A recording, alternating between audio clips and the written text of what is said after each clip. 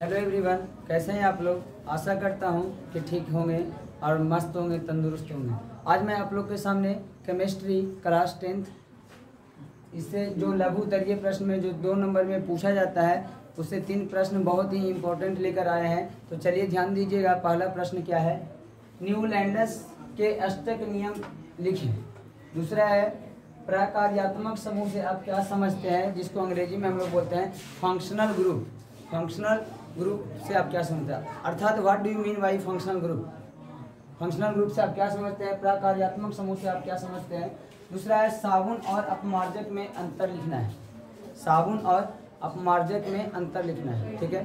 3 question है जो कि एग्जाम की दृष्टिकोण से बहुत ही ज़्यादा अच्छा है ना। तो सबसे पहला क्वेश्चन है, न्यूलैंडस के अष्टक नियम को लिखें। तो आपको सबसे पहले यह जानकारी होना चाहिए कि हमारा जो आवर्त सारणी है, जिसको हम लोग अंग्रेजी में पीरियोडिक टेबल बोलते हैं, क्या बोलते हैं, पीरियोडिक टेबल बोलते हैं। क्या बोलते हैं बाबू, पीरियोडिक टेबल। हिंदी में क्या बोलते हैं, आवर्त सारणी, है ना।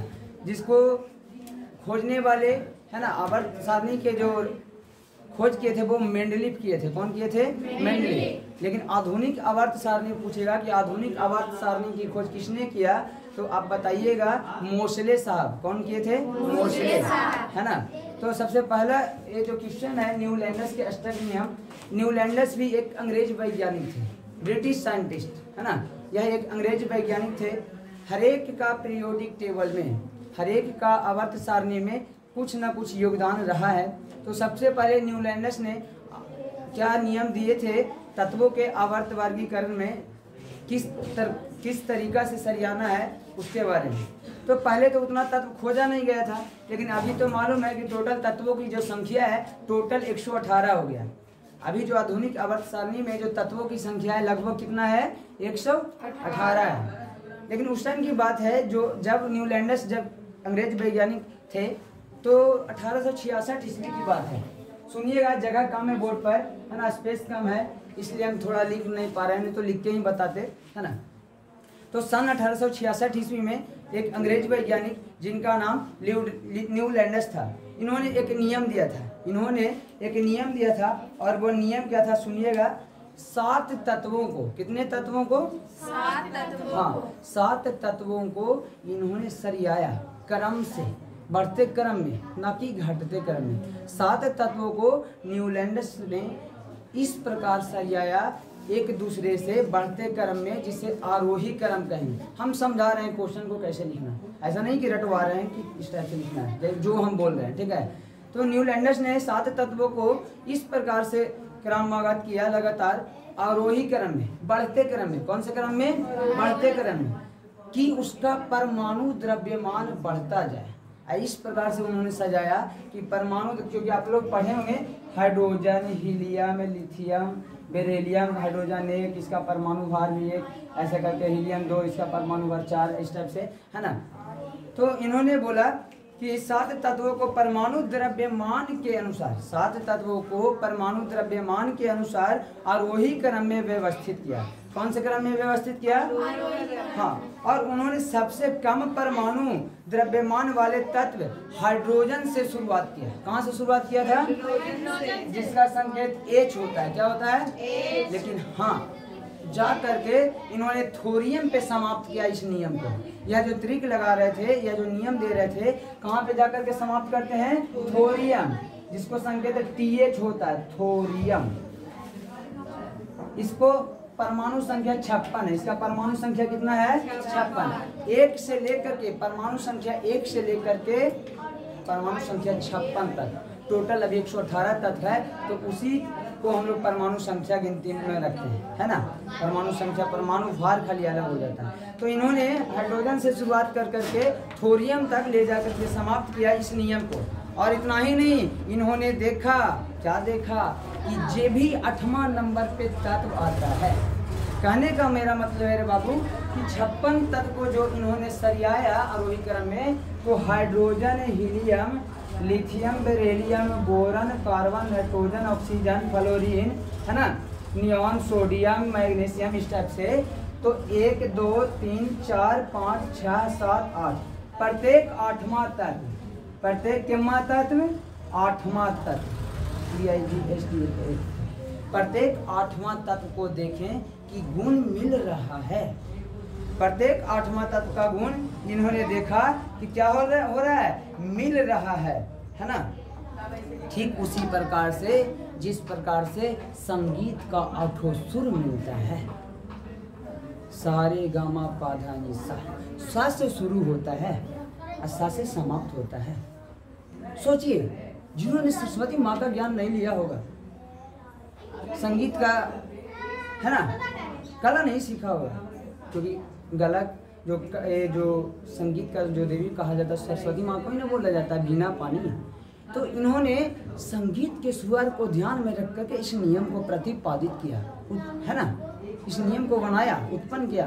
बताएं कि जिस प्रकार से संगीत में सारे गामा पाधा निसा सानी धापा मागा रेसा, है ना, सा से शुरू सा से खत्म, उसी प्रकार से प्रत्येक पहला तत्व, प्रत्येक 8वां तत्व, प्रत्येक 8वां तत्व का गुण पहले वाले तत्व से मिल रहा है।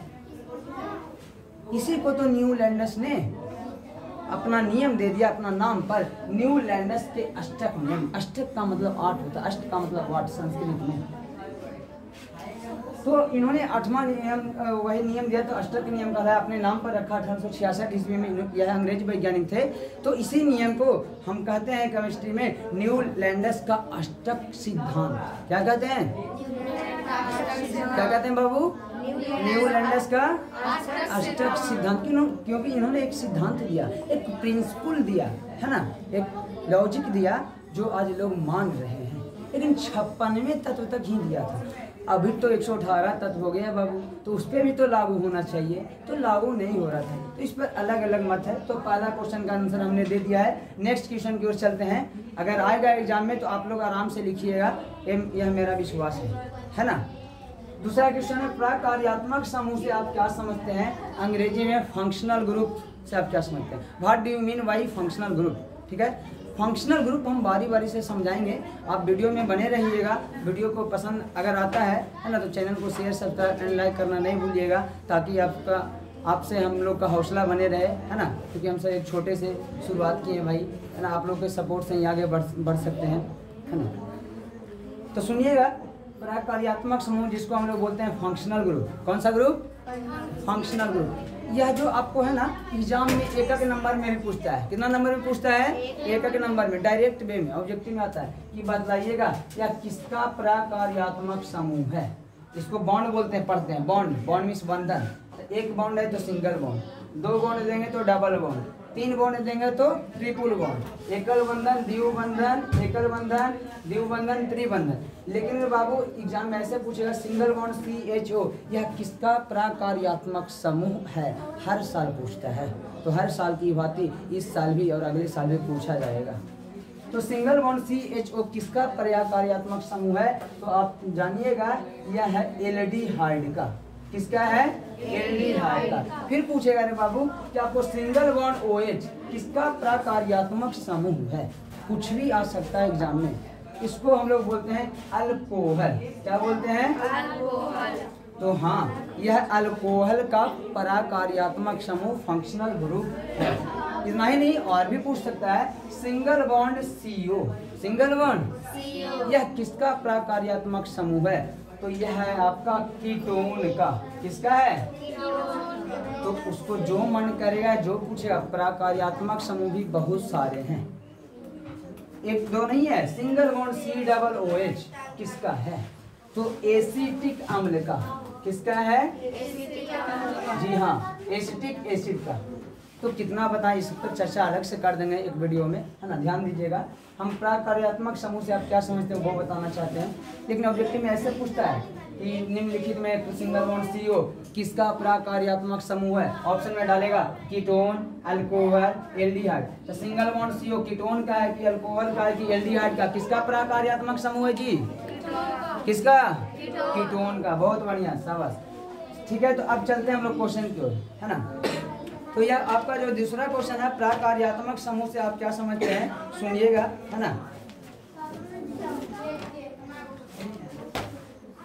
अब सबसे पहले इसमें एक चीज ध्यान में रखना है आप लोग को, हाइड्रोकार्बन किसे कहते हैं हम डिफाइन करेंगे अच्छे से। हाइड्रोकार्बन उस कार्बन को कहते हैं जिसमें हाइड्रोजन और कार्बन मौजूद होता है। तो क्या है बाबू, यहाँ पे देखिएगा तो CHO में हाइड्रोजन भी है, C भी, कार्बन भी है। तो क्या यह आपका हाइड्रोकार्बन नहीं है?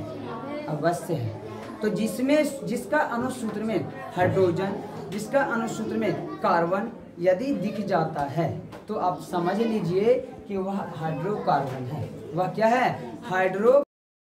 तो माफ कीजिएगा, थोड़ा सा वीडियो कट गया था। हम लोग यहाँ पे थे प्राकार्यात्मक समूह से आप क्या समझते हैं? इसका बतला रहे थे कि ये सब फंक्शनल ग्रुप का संकेत है ना। तो बहुत सारे फंक्शनल ग्रुप हैं, बहुत सारे प्राकार्यात्मक समूह हैं जो कि ऑब्जेक्टिव में पूछ लिए जाते हैं। लेकिन मेनली क्वेश्चन हम दिए थे कि प्राकार्यात्मक समूह से आप क्या समझते हैं, what do you mean by functional group. तो आप इससे पहले समझने से पहले आप यह जान लीजिए कि हाइड्रोकार्बन किसे कहते हैं। तो हाइड्रोकार्बन हाइड्रोजन और कार्बन के मिश्रण को हाइड्रोकार्बन कहते हैं। हाइड्रोकार्बन दो प्रकार के होते हैं, ठीक है, संतृप्त हाइड्रोकार्बन और असंतृप्त हाइड्रोकार्बन। संतृप्त हाइड्रोकार्बन के बीच जो है वो एकल बंधन होता है, जबकि असंतृप्त हाइड्रोकार्बन के बीच डबल बॉन्ड और ट्रिपल बॉन्ड अर्थात द्विबंधन और त्रिबंधन दोनों मौजूद होता है। तो दोनों में सबसे ज़्यादा कौन अभिक्रियाशील है? दोनों में सबसे ज़्यादा कौन अभिक्रियाशील है, कौन ज़्यादा एक्टिव है, यह जान लीजिए। तो दोनों में सबसे ज़्यादा अभिक्रियाशील असंतृप्त हाइड्रोकार्बन। कौन सा हाइड्रोकार्बन है? कौन सा हाइड्रोकार्बन? असंतृप्त हाइड्रोकार्बन है, ठीक है। तो आप समझिएगा असंतृप्त हाइड्रोकार्बन दोनों में सबसे ज़्यादा अभिक्रियाशील है। तो इसमें क्या होता है कि असंतृप्त हाइड्रोकार्बन की अभिक्रियाशीलता कार्बन कार्बन द्विअवंध एवं कार्बन कार्बन त्रिअवंध की उपस्थिति के कारण होती है। कहने का मतलब कौन सा हाइड्रोकार्बन, कौन सा प्राकार्यात्मक समूह, कौन सा प्राकार्यात्मक समूह, कौन सा फंक्शनल ग्रुप सबसे ज़्यादा अभिक्रियाशील है, कौन सा सबसे कम अभिक्रियाशील है, यह बतलाता है द्विअवंध और त्रिअवंध, डबल बॉन्ड और ट्रिपल बॉन्ड। कार्बन कार्बन के बीच यदि डबल बॉन्ड है, यदि ट्रिपल बॉन्ड है, तब पता चलता है कि कौन अधिक अभिक्रियाशील है और कौन कम अभिक्रियाशील है। तो एग्जाम्पल से हम लोग समझ सकते हैं, जैसे कि C2H6 एथेन, C2H6 एथेन जिसको हम लोग बोलते हैं C2H5OH जिसको एथेनॉल बोलते हैं। चलिए सुनिएगा, हम लोग यहाँ पे थे प्राकार्यात्मक समूह में, ठीक है, ध्यान दीजिएगा। तो किसे कहते हैं? तो भौतिक गुण और रासायनिक गुण। कहने का मतलब द्विअवंध और त्रिअवंध, यह दोनों का जो गुण है वो डिपेंड करता है आपकी भौतिक गुण किसका ज़्यादा है, रासायनिक गुण किसका ज़्यादा है। कहने का मतलब संतृप्त हाइड्रोकार्बन असंतृप्त हाइड्रोकार्बन में कौन ज़्यादा क्रियाशील है, ज़्यादा कौन एक्टिव है ना। तो इस पर एग्जाम्पल लेकर के हम लोग समझते हैं। एक होता है C2H6 जिसको हम लोग बोलते हैं एथेन। क्या बोलते हैं? एथेन बोलते हैं, ठीक है, ध्यान दीजिएगा। C2H6 इसको हम लोग बोलते हैं एथेन। और एक होता है C2H5OH। देखिए OH आकर के जुटा ना, फंक्शनल ग्रुप अल्कोहल, इसको हम लोग बोलते हैं एथेनॉल। नहीं, हाँ एथेनॉल बोलते हैं, ठीक है, ध्यान दीजिएगा C2H5OH। तो ये दोनों को लेते हैं। तो सुनिएगा, उदाहरण ले पाते हैं तो इन दोनों यौगिक, ये दोनों जो कंपाउंड्स है, इसका फिजिकल क्वालिटी और इसका फिजिकल क्वालिटी है ना, दोनों में अंतर हो जाएगा। इसका भौतिक गुण और इसका रासायनिक गुण दोनों में अंतर हो जाएगा, ठीक है। तो कार्बनिक यौगिकों का वैसा समूह, ये जो फंक्शनल ग्रुप एक समूह है, कार्बनिक यौगिकों का वैसा समूह है ना, कार्बनिक यौगिकों का वैसा समूह जिसमें भौतिक गुण और रासायनिक गुण अलग अलग होने के कारण, यदि जिसका भौतिक और रासायनिक गुण ज़्यादा है तो वो क्या होता है, जिसका भौतिक और रासायनिक गुण अच्छा है, जिसका क्रियाशीलता ज़्यादा है, तो वो क्या होता है ना, फंक्शनल ग्रुप क्रियाशीलता को बढ़ाता है। फंक्शनल ग्रुप क्या किसको बढ़ाता है? क्रियाशीलता को बढ़ाता है ना। तो आप बोल सकते हैं कि कार्बनिक यौगिकों को वैसा समूह जो क्रियाशीलता को बढ़ाता है उसे प्राकार्यात्मक समूह कहते हैं। तीसरा क्वेश्चन है, what do you mean by, है ना, सोप एंड डिटर्जेंट, जिसको बोल सकते हैं कि साबुन और अपमार्जक से आप क्या समझते हैं। लेकिन हमारा क्वेश्चन है कि साबुन और अपमार्जक में अंतर लिखना है ना। What is the difference between soap and detergent. तो सुनिएगा, साबुन और अपमार्जक में क्या अंतर है ना। साबुन और अपमार्जक में अंतर सुनिएगा ध्यान से, क्योंकि एग्जाम में 5 नंबर में पूछ लिया जाता है ना। थोड़ा सा निकालने दीजिएगा भाई।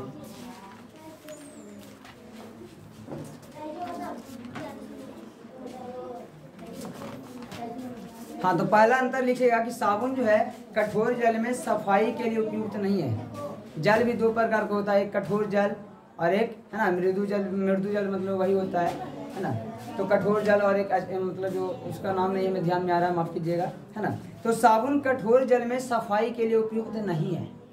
साबुन से हम लोग क्या कपड़ा अच्छे से धो लेंगे जिससे नहाते हैं, नहीं ना। तो साबुन कठोर जल में सफाई के लिए उपयुक्त नहीं है, लेकिन अपमार्जक कठोर जल में, गंदे जल में भी सफाई के लिए उपयुक्त है ना।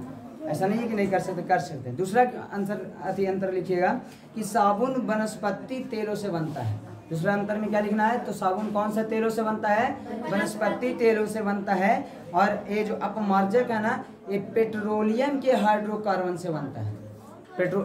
अपमार्जक जो है किसके हाइड्रोकार्बन से बनता है, पेट्रोलियम के हाइड्रोकार्बन से बनता है।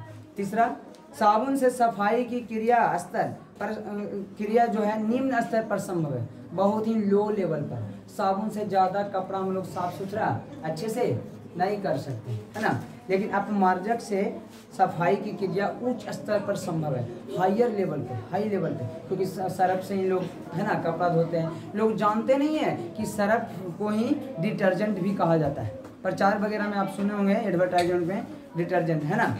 तो अपमार्जक में सफाई क्रिया उच्च स्तर पर संभव है। और लास्ट अंतर लिखिएगा कि साबुन से जल प्रदूषण कम होता है। साबुन से जल प्रदूषण कम होता है, लेकिन नुकसान भी तो है ना भाई, कपड़ा भी गंदा दिखता है। लेकिन अपमार्जक से जल प्रदूषण बहुत ही ज़्यादा होता है। फायदा यही है कि कपड़ा साफ दिखता है, कपड़ा साफ पहनते हैं। तो जहाँ फ़ायदा है वहाँ नुकसान भी है, जहाँ नुकसान है वहाँ पे फ़ायदा है। ठीक इसी प्रकार से अगले वीडियो में हम आपके लिए लेकर आएंगे महत्वपूर्ण प्रश्न, और मिलते हैं नेक्स्ट वीडियो में। Thanks for watching, bye bye, take care, good night.